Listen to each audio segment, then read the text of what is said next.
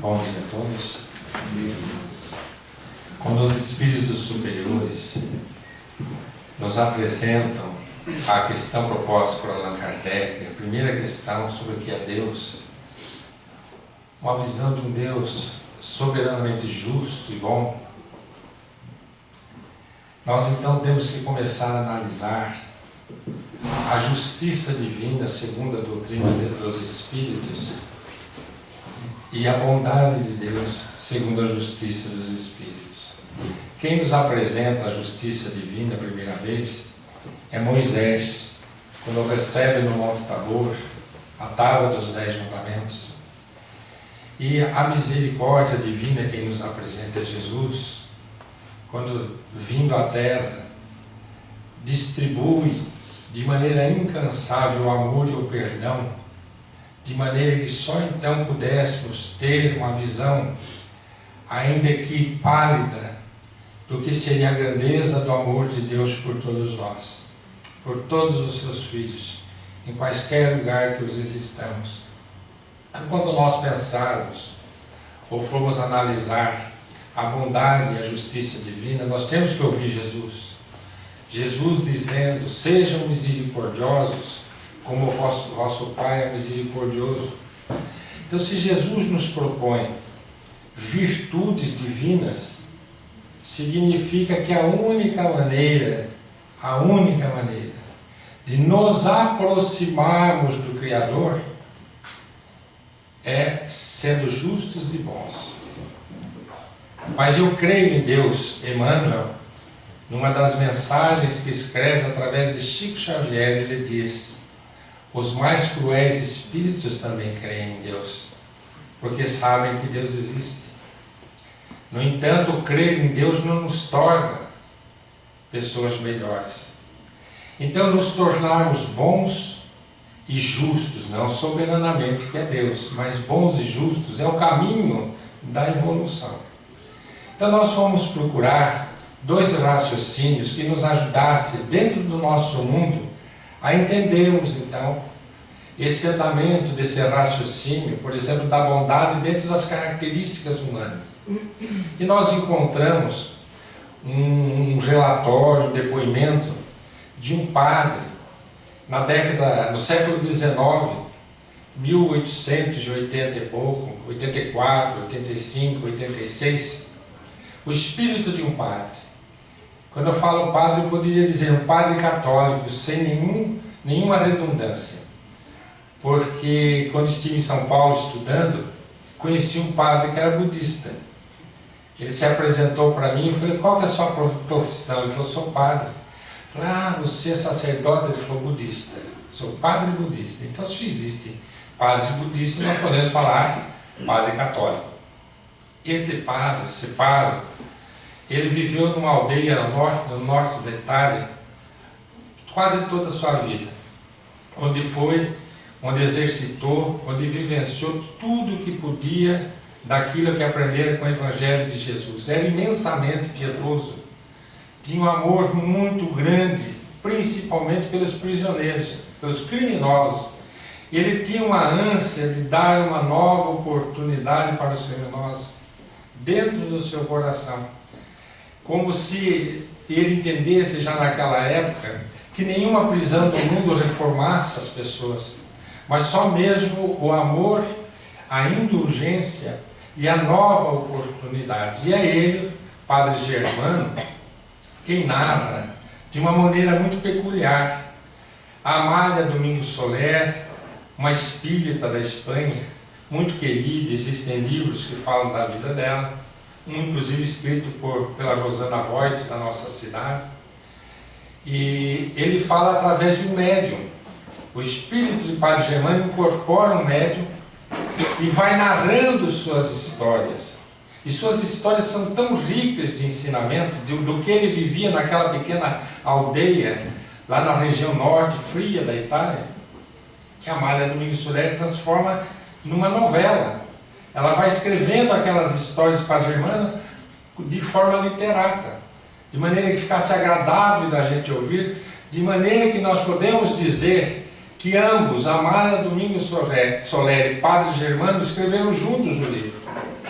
ele ditava, ela transformava aquelas histórias em histórias que pudessem ser lidas de maneira agradável, de maneira a se tornar realmente um drama, fácil de ser compreendido. E numa das suas histórias, Padre Germano narra seu encontro com um criminoso de uma maneira bastante interessante. Ele conta que ele vivia dentro da sua igreja, tinha o seu oratório, o seu quarto, lugar que ninguém entrava, só ele e o seu cão, um Terra Nova, sultão, que ele amava profundamente. E tinha um funcionário que ele também queria muito bem, que o conhecia profundamente. E dentro dessa igreja ele fazia todo o seu trabalho, ali se recolhia, ali se penitenciava, tinha um amor a Deus, compreendia a justiça divina, acreditava na reencarnação como o único meio da justiça de Deus se manifestar. Por quê? Porque ele sabia que na reencarnação, como nos ensinam os espíritos superiores, nós temos duas grandes oportunidades. A primeira oportunidade é de começar de novo, tentar de novo. Podemos acender luz onde ainda estávamos escuros. E a segunda é quitarmos nossos débitos com o passado, com os nossos erros, nossos deslizes das vidas anteriores. Lembrando aí de novo Emmanuel, que tem uma frase marcante que diz que temos nossos débitos com as sombras para que a luz nos favoreça. Olha que frase bonita, está no livro Segue-me, de Emmanuel. Emmanuel, nós deveríamos pegar várias frases, dezenas de centenas de frases, só para estudarmos frase por frase. Porque quando nós vamos ler mensagens, é interessante vocês observarem isso, essa é uma prática minha. Quando eu abro uma mensagem, às vezes a gente fala assim, esse livro já está viciado, a gente se abre sempre na mesma mensagem. Mas se vocês forem perceber, cada mensagem é feita de parágrafos. Cada parágrafo apresenta um raciocínio. E muitas vezes, naquele momento que você abre aquela mesma mensagem, o seu guia espiritual, o seu benfeitor que conhece o livro, que o escolheu para você, que estudou aquele livro para escolher os recados para te dar, ele quer dizer algo para você que não está no primeiro parágrafo, está no 8º parágrafo.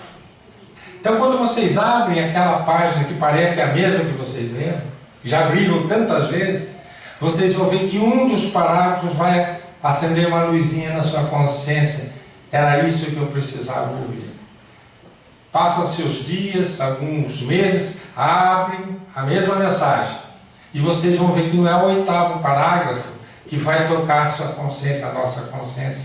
Vai ser o 2º, vai ser o 13º. Por quê? Porque naquela mensagem está cheia de informações.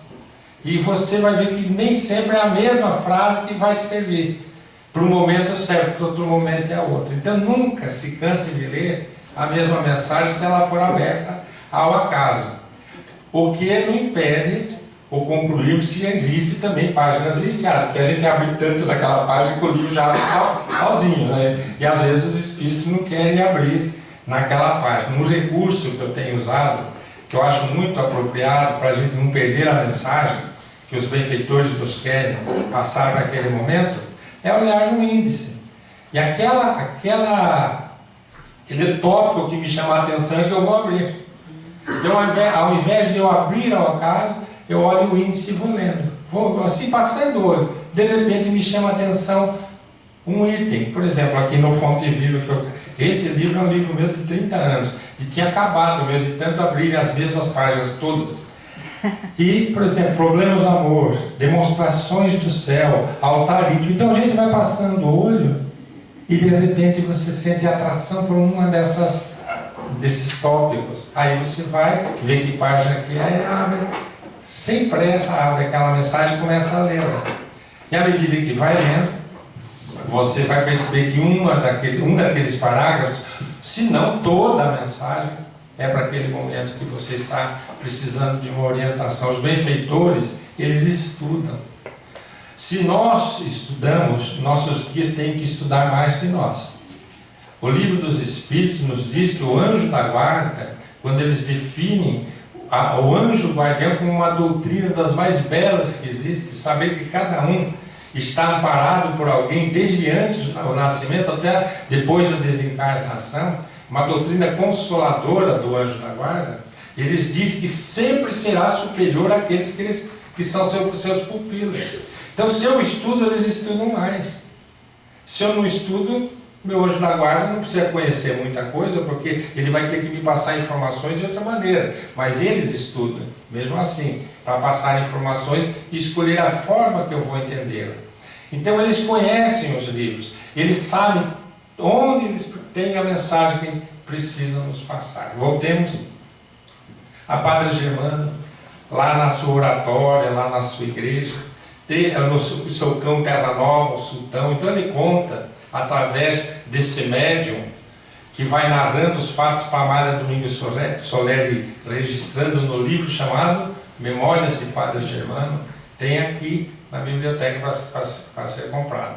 Lindo, são várias histórias, confissões de pessoas a Padre Germano, que ele vai guardando consigo, depois transforma em grandes ensinamentos. Ele conta uma história que ocorreu com ele muito interessante. E ela já é noite, já tinha se recolhido para descansar, quando ele escuta, na verdade não é ele que escuta, é o cão que escuta. É sultão, já levanta as orelhas, como quem está ouvindo algo, algum barulho, e ele não escutava nada. Então o Padre Germano até brinca com o seu: bom, sultão, você está ficando velho, porque você está aí a risco e nada está acontecendo. E nisso ele escuta um tropel de cavalos chegando, que o cão já tinha detectado. Quando chega aquele barulho para a porta da igreja, o seu funcionário vai, abre, logo volta e avisa: padre, tem um capitão da polícia com vários soldados querendo lhe falar.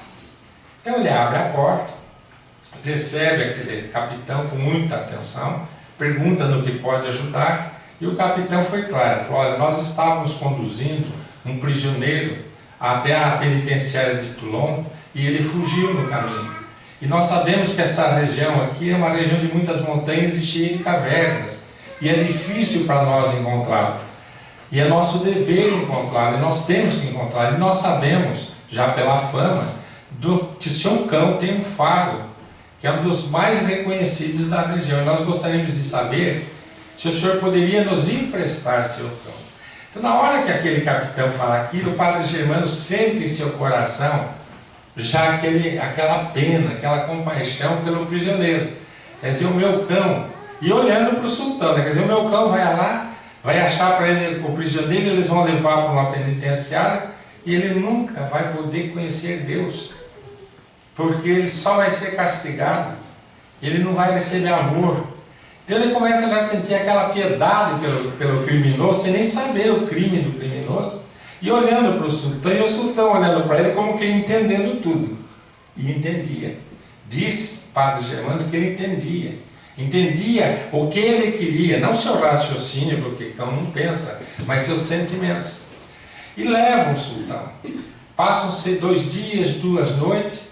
No final da noite, da segunda noite, ouve-se de novo aquele barulho dos cavalos, e o capitão chega e diz assim: olha, padre, eu vim aqui dizer que não encontrei o criminoso e perdi seu cão. Porque, aliás, nas 2 últimas horas, nós nem estávamos mais atrás do criminoso, nós estávamos atrás do seu cachorro que sumiu. Mas agora nós temos que ir embora, e foram embora. E Padre Germano narra, nesse testemunho, que ele nem se preocupou, porque ele sabia que o sultão tinha entendido as suas preocupações. Então ele vai se recolher e escuta o barulho do cão chegando. Daí ele abre a porta e o sultão chega muito agitado. Chega e puxa a batina do padre, puxa e quer levá-lo para fora. Ele fala: calma, sultão, já sei, você encontrou o criminoso. E daí ele pega lá uma cabaça de vinho, algum pão, agasalho, um cobertor, uma lanterna, que ele sai com ela apagada para que os aldeões não percebessem que ele fosse atrás de alguém.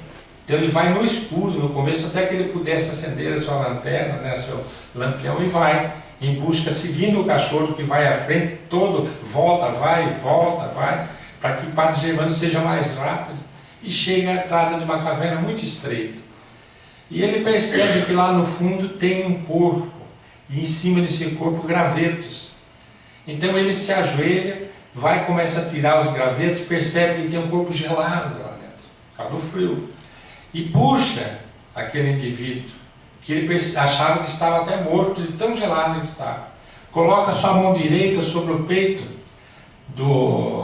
daquela pessoa, sente um leve bater de coração, e nisso o seu cão começa a lamber, bafejar em cima da pessoa, para acordar aquela pessoa.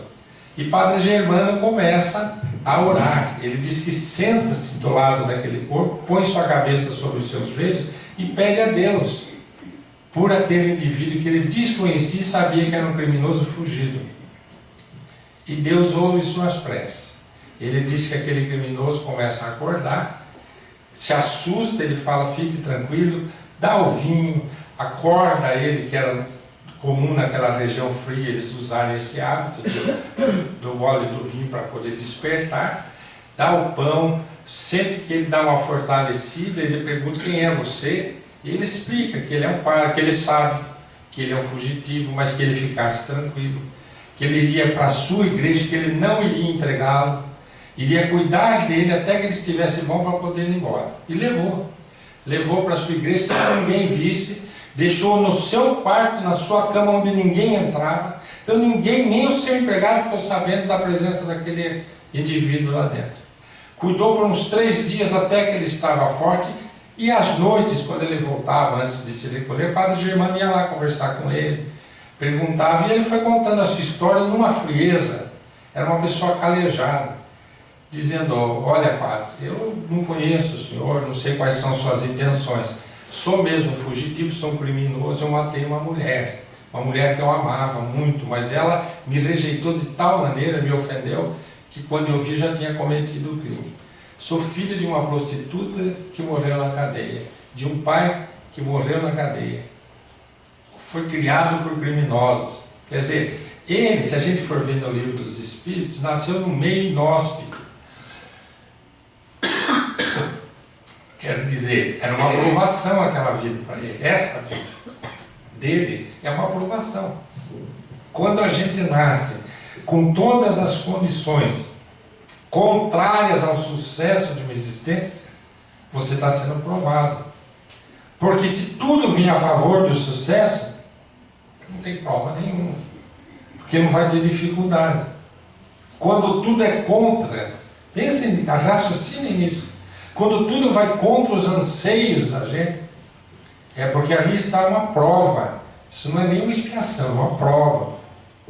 Então você vai nascer num meio difícil, onde tudo vai concorrer para que você tenda a cometer os mesmos crimes de ontem, de vidas anteriores.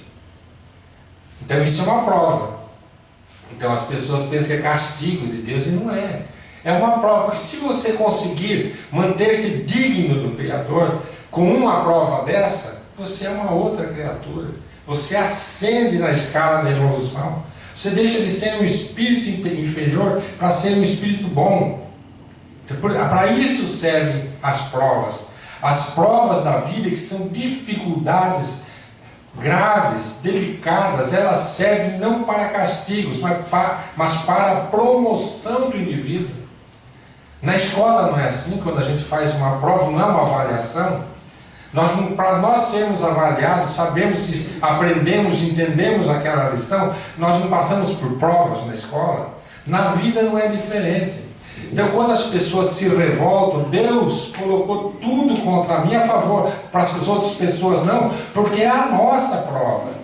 Cada um tem suas dificuldades, tem suas tendências. E a gente vem para a vida com a ânsia de vencer quando já adquirimos consciência no mundo espiritual de quem nós somos, dos erros que cometemos, de que não queremos errar mais. Nós participamos da escolha dessas provas.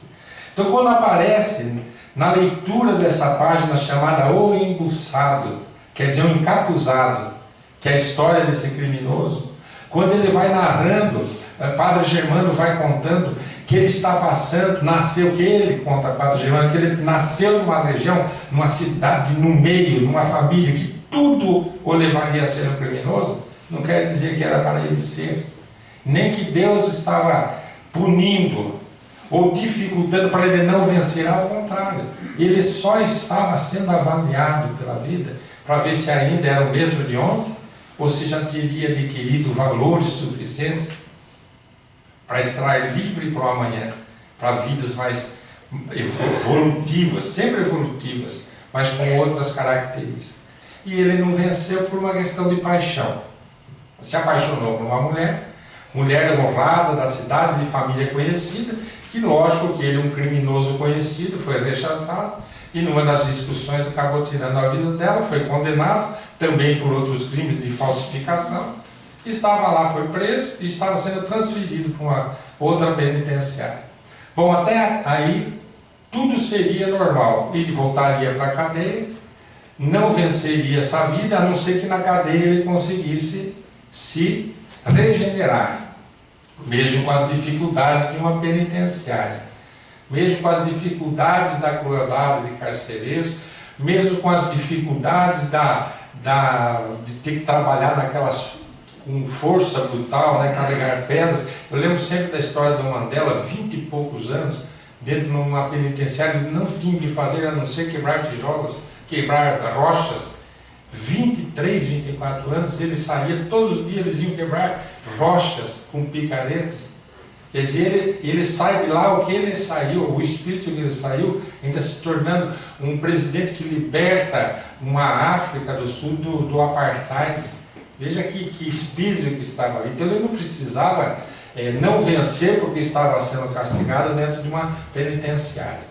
Eu penso, não conheço a vida profunda, de maneira profunda de Mandela, mas me admiro com isso. Quem que consegue ficar 23, 24 anos quebrando pedras e sair de lá ainda crendo em Deus e querendo ser útil ao seu país de maneira honrosa, digna? Então é difícil. Então o padre Germano faz uma proposta para ele, essa Juan, é o nome dele, Juan, ele faz uma proposta. Juan, nós temos lá no alto da montanha uma ermida que foi construída por uma pessoa rica que viveu muitos anos, que ele queria se penitenciar com Deus, se afastou da sociedade e viveu por muitos anos ali escondido através de uma máscara, de um capuz. E ele ficou como um ermitão, já faleceu há muitos anos, a ermida está vazia. Vamos fazer o seguinte, você vai viver lá, eu lhe arrumo um capuz, arruma aquele hábito, como de padre, joga o capuz, só que ficaria só os olhos de fora. Você vai viver para a aldeia, eu direi, que nós temos um outro ricaço aqui, que está fazendo penitência. Ninguém vai questionar, porque eles não me questionam, eles confiam em mim. E eu virei todo final de tarde aqui para nós conversarmos sobre Deus. Quero catequizá-la. Padre é padre, né? Então ele fez essa proposta e aquele indivíduo endurecido no coração, que não acreditava em Deus e ainda era revoltado, mas ele aceita, porque se ele volta, ele já está fugindo, saindo dali, ele já continua fugitivo, e ali ele é alguém amparado. Então ele fica. E Padre Germano, com toda a sua bondade, paternalidade, ele consegue tocar o coração do embuçado, como era chamado. E vai sensibilizando, até que um dia ele chora e se rende a Padre Germano. Então você veja bem, ele não se rendeu a Deus, ele se rendeu ao Padre Germano. Então ele diz que ele passava a acreditar em Deus porque existia Padre Germano. Olha que interessante, como nós somos importantes no caminho das pessoas. Nós somos instrumentos de Deus, se quisermos. Podemos ser instrumento de Deus. Alguém pode começar a crer que Deus é bom, sempre ter achado Deus injusto a partir de nossa atitude, de nossa participação na vida das pessoas. Quantas pessoas amarguradas, inconformadas, diante de padecimentos crônicos, que não conseguem compreender a presença de Deus por causa da bondade de alguém que vai lá todo dia visitar, que vai lá levar amor, carinho, fraternidade. Acorda naquela pessoa, puxa, se você, que é como eu, um ser humano, faz isso, então se existe Deus, ele terá de ser melhor. Veja que interessante, como que a gente pode ser instrumento de Deus aqui na Terra. E com isso, Padre Germano foi esse grande instrumento, e essa pessoa foi se transformando, Até que o padre Germano lhe fez uma proposta.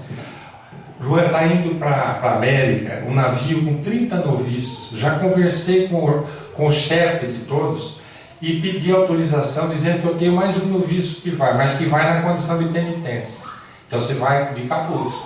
Você irá, eu já peguei todas as minhas economias, já comprei tua passagem, estou te dando, você vai para a América, comece uma vida nova. Esqueça tudo que aconteceu, nunca mais cometa crimes e viva para Deus.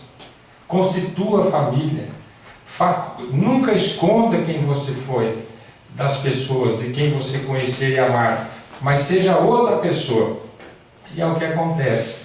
Então ele vai para a América, ele vai nessa nova oportunidade, vai receber então um novo nome, ele recebe um novo nome, começa uma nova vida, e 4 anos depois ele manda uma carta para o padre Germano: padre, trabalho, conheci uma mulher que hoje é a companheira dos meus dias, ela está grávida e vai ganhar, e se for um menino vai se chamar padre Germano. E assina com toda a gratidão aquele que hoje crê em Deus, mas que sempre ora, se primeiro a Deus, logo em seguida por padre Germano, que é a pessoa mais importante da minha vida, o embuçado. Então olha a transformação pelo ato de caridade e de amor. E daí nós vamos pensar na soberana justiça. Então, quando Deus pega um criminoso, retira do mundo espiritual padecimentos depois dos crimes que cometeu na vida física, e dá a ele uma nova oportunidade: vou te dar uma nova mãe, vou te dar um novo pai, você terá um novo nome, começará uma nova vida. Se isso não for amor, é o quê?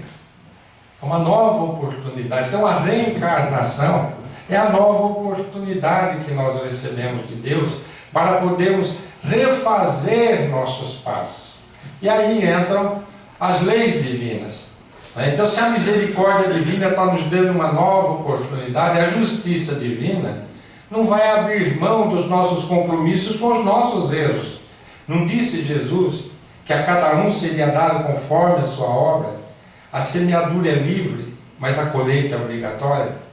Então os espíritos superiores vêm nos dizer, no Código Penal da Vida Futura, no livro O Céu e o Inferno, que Allan Kardec escreveu, onde ele coloca todos os ensinamentos da doutrina dos espíritos, onde ele compara com as outras religiões, onde ele mostra como os espíritos superiores nos orientam, a lei de Deus, como ela funciona. Então eles colocam que Deus quer o arrependimento sincero das criaturas, dos seus filhos. Que quando um espírito criminoso, delituoso, se arrepende sinceramente, ele já mudou, mas não deixou de ter cometido os crimes. Então ele tem débitos.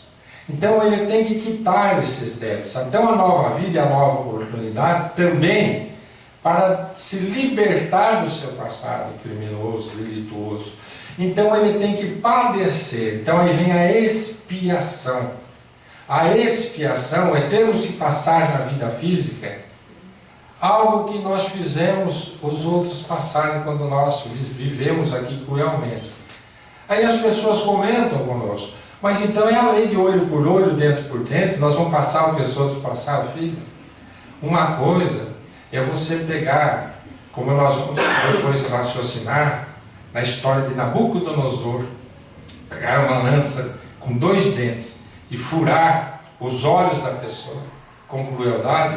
Outra coisa é você ir ficando cego, cercado de amor em torno de você. É diferente. Você não pode dizer que isso é olho por olho, dente por dente. Você pode dizer que você está sofrendo algo que você fez os outros sofrerem, mas abençoado pela misericórdia de Deus, por pessoas que estão ao teu redor, que te amam, que te ajudam, que te amparam, que te carregam, que ajudam a caminhar enquanto você perdeu sua visão. Então, quando nós estudamos o Código Penal, nós vamos ver que nós temos condições para evoluir. Primeiro, expiar seria, conforme diz Joana de Ângeles no livro Plenitude, que ela escreve através do médium Divaldo Franco, o Espírito Joana de Ângeles diz que a expiação não é nada que a gente vá fazer ou viver na vida que vai nos dar créditos. Não. é a libertação de débitos, é quitação de débitos. Se imagine um espírito que vai se desestruturando perante a lei de Deus a ponto de se deformar. A expiação, ele vem e deforma um corpo físico em que ele está, mas ele volta como um espírito normal para a espiritualidade. O que significa? Ele só voltou a estaca zero antes de ter cometido os delitos. Expiar é nos quitarmos perante as leis de Deus. Mas aí vem as provas para a evolução. Aí vem a reparação. Os Espíritos dizem que nós temos que reparar nossos erros. Como que nós vamos reparar nossos erros? Me veio agora na memória, me lembro que eu conheci uma paciente que veio consultar comigo dizendo que ela era muito amiga de Sabin. Me lembro se era Albert Sabin, que foi o criador da vacina da poliomielite.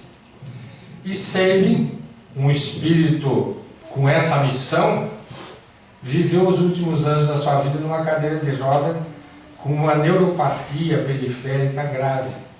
Gente, pensem bem, o que que faz um espírito vir ao mundo, tirar do mundo a paralisia e ficar paralítico?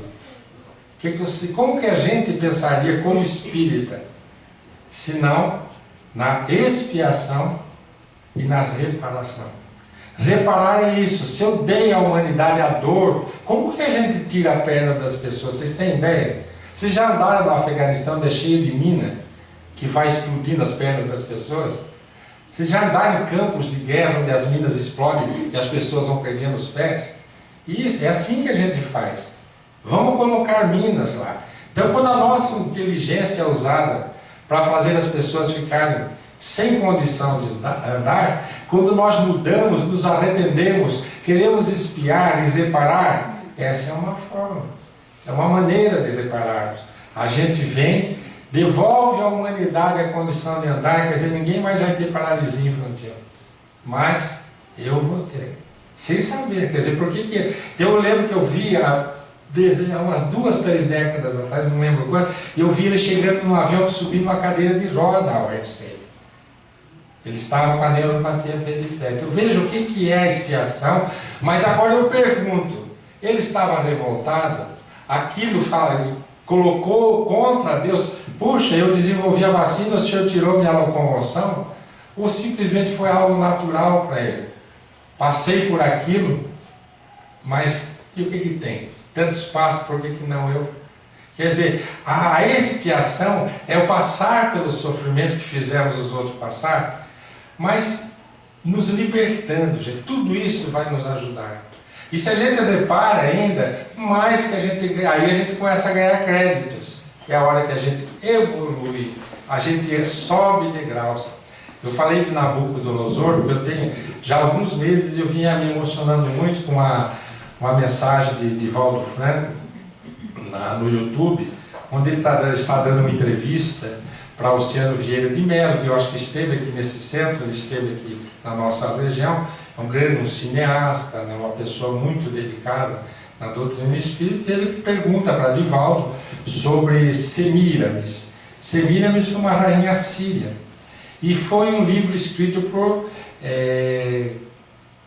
Camilo Chaves, um grande espírita. O grande espírita desencarnou em 1955, foi presidente da União Espírita Mineira, foi senador de Minas, por Minas, na época de Juscelino Kubitschek.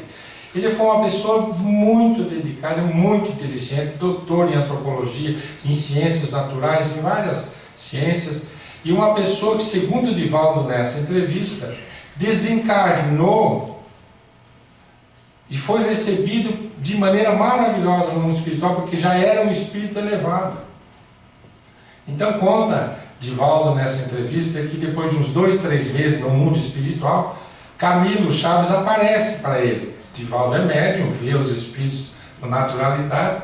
Divaldo o vê iluminado e pergunta: está tudo em paz aí, Camilo? Ele falou: não está, Divaldo. Pois você acredita que, mesmo em vida, eu sofria muita melancolia, né? Não está nessa entrevista a palavra melancolia, está numa outra palestra feita por Stig Ibsen, um livreiro espírita, que fala, que era amigo de Chico, que fala também desse mesmo caso. Ele sofreu muita depressão e melancolia durante a vida, embora todas as virtudes que ele tinha. E ele falou aqui no mundo espiritual, não parei de ouvir agora mais intensamente gemidos, angustiantes. E um dia procurei o Dr. Bezerra de Menezes aqui na espiritualidade e pedi ajuda. Falei, Bezerra, o que está acontecendo comigo? Ele falou, pois é, Camilo, está chegando a hora de você reparar seus erros. Porque você construiu muito dentro de si, mas ainda ficaram pessoas sofrendo consequências dos seus erros. Olha aí, lá no Código Penal da Vida Futura diz assim, enquanto existir algum resquício do seu erro em forma de sofrimento para alguém, você é o responsável. Então Camilo, com todas as vidas que viveu, com a ascensão que teve, tinha gente sofrendo ainda da época que ele fora Nabucodonosor. Então, Dr. Bezerra fala, olha Camilo, você foi Nabucodonosor, Divaldo vai contando. Hoje tem até um desenho, uma animaçãozinha da Mansão do Caminho, muito curiosa, contando, mostrando essa entrevista de Divaldo, falando, você, né, nós tínhamos a lança, de uma ponta, você inventou o bidente, para perfurar os olhos das pessoas que iam para a cadeia ou que iam ser presos e iam morrer, que a lei daquela época tudo era morte, né? Ia para a morte, ia para a morte. Então existem alguns babilônios que desde aquela época ainda não reencarnaram. Estão no mundo espiritual angustiados em sofrimento pelo que passaram quando você foi o rei Nabucodonosor. Então se a gente for muito simplista, nós já vamos pensar, ele foi aquele rei. Gente, eu fui estudar a vida de Nabucodonosor. Quem foi Nabucodonosor? E tive uma grande surpresa. Ele foi um dos reis mais inteligentes da Babilônia. Ele nunca acreditava em Deus, mas ele tinha um Deus que chamava Marduk. Então ele levantou um templo para esse Deus. Ele que criou a Torre de Babel. A Torre de Babel é lá na Babilônia, que hoje é o Iraque. O Kuwait é lá naquela região, não sei se o Kuwait existe, hein? Mas é lá naquela região do Iraque, onde é o Iraque hoje.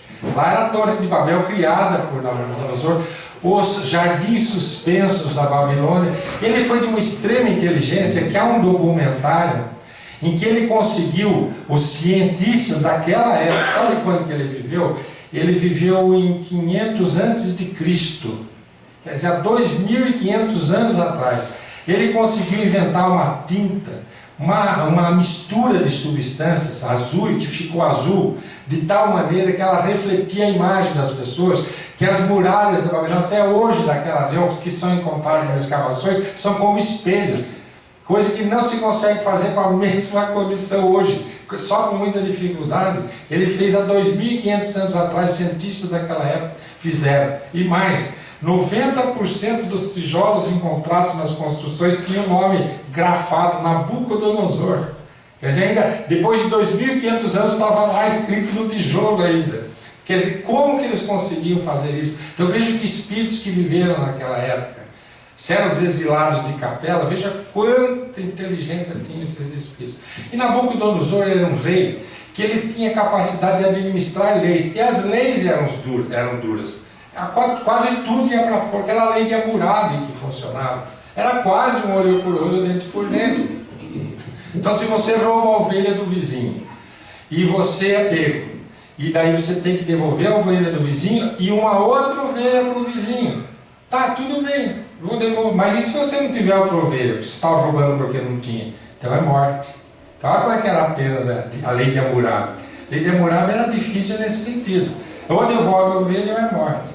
Então tudo assim. Então eles tinham uma casta social, os livres ricos, os livres pobres e os escravos. As leis eram duras e eram diferentes para as castas sociais, para todas. O médico que usasse uma lanceta e tornasse cego um paciente tinha que furar um olho seu e ficar cego. O médico, na lei de Hammurabi. E era usada então, por Nabucodonosor, e era um grande conquistador. Então eu fui descobrir, gente, que em Jeremias, o profeta, e Daniel, tem citações sobre Nabucodonosor dizendo assim. Então ele era o rei da Babilônia, um conquistador que entrava dominando as cidades e incorporando no seu patrimônio, fazendo mais escravos, dizendo assim, para a cidade de Jerusalém, o profeta Jeremias diz assim, ou vocês obedecem a Deus, o Deus único, ou ele enviará Nabucodonosor, seu servo, para tomar sua cidade. Olha, a gente está no Velho Testamento, nas profecias de Jeremias, dizendo, ou Deus enviará Nabucodonosor, seu servo. Ele nem acreditava em Deus, mas era servo de Deus segundo Jeremias. Quer dizer, ele era usado por Deus para fazer cumprir sua justiça, para acordar o povo hebreu para as realidades do Deus único. Então é muito interessante observar que já naquela época Nabucodonosor era um espírito especial, mas que cometeu delitos. E esses delitos ainda tinham na atualidade esses resquícios, quer dizer, haviam almas sofrendo as consequências das suas decisões. Então o que o Dr. Bezerra propôs para Camilo Chaves? Camilo, você sabe que o seu dever é ir se encontrar com esses espíritos que ainda não reencarnaram há 2.400, 2.500 anos. E vai ter que devolver a eles o equilíbrio que deles você tirou. Essa é a reparação. Vocês não concordam? Aí o que fez Camilo? Mas doutor Bezerra, como é que eu faço isso? Ele falou, você tem bons amigos na Terra. Porque Camilo já era uma pessoa que tinha construído muito acervo de amizade. Vai falar com eles. Então ele chega para Divaldo, Divaldo, você não receberia aí na mansão do caminho alguns babilônios? O Divaldo disse para ele, quantos mais ou menos? Foi uns 10. Ah, recebo. Quer dizer, então eles começaram a reencarnar em Salvador, na Bahia, os espíritos dos babilônios, que nunca mais tinham reencarnado por questões das leis de Deus. Que o que é para Deus? Que são 2.400 anos. Não reencarnaram.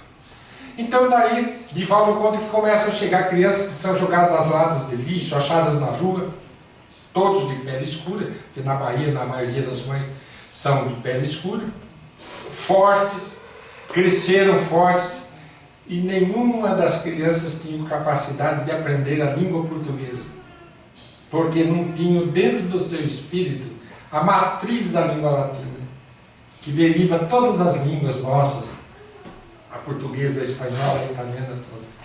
Eles tiveram dificuldade. Nenhum passou da segunda série, segundo Divaldo. Mas se libertaram das suas tormentas. Perdão, de maneira que Camilo começou aí a sua reparação. Guardemos, então, essas reflexões nossas dessa manhã com muito carinho. Misericórdia divina sendo utilizada pelo ser humano como Padre Germano. A bondade, a justiça divina sendo cumprida por nós com compreensão de que a presença de Deus, que há a presença, existe Deus nessas horas das nossas lutas. Deus está presente, cuidando deste momento, dando-nos a força que necessitamos. Então nos liguemos a Deus. Então nós vamos aproveitar, fazer a prece para encerrar, já que não tem evangelização infantil hoje.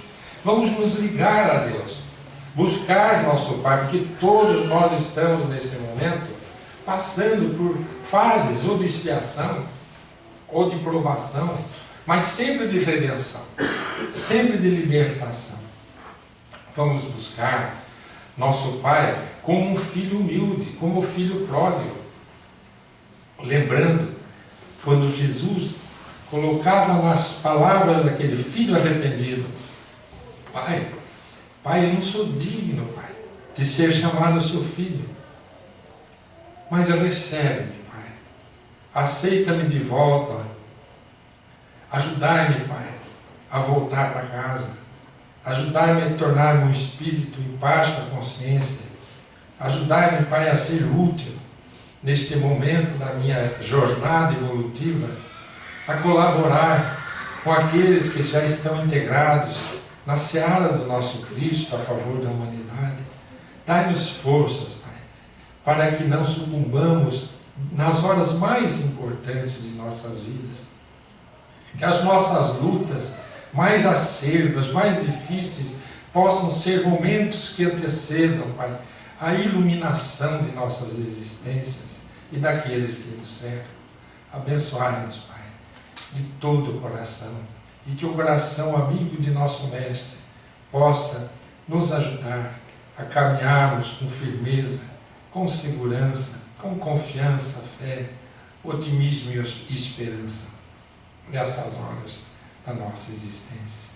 Jesus, divino amigo, que a sua aura de luz e de bondade se estenda sobre todos nós.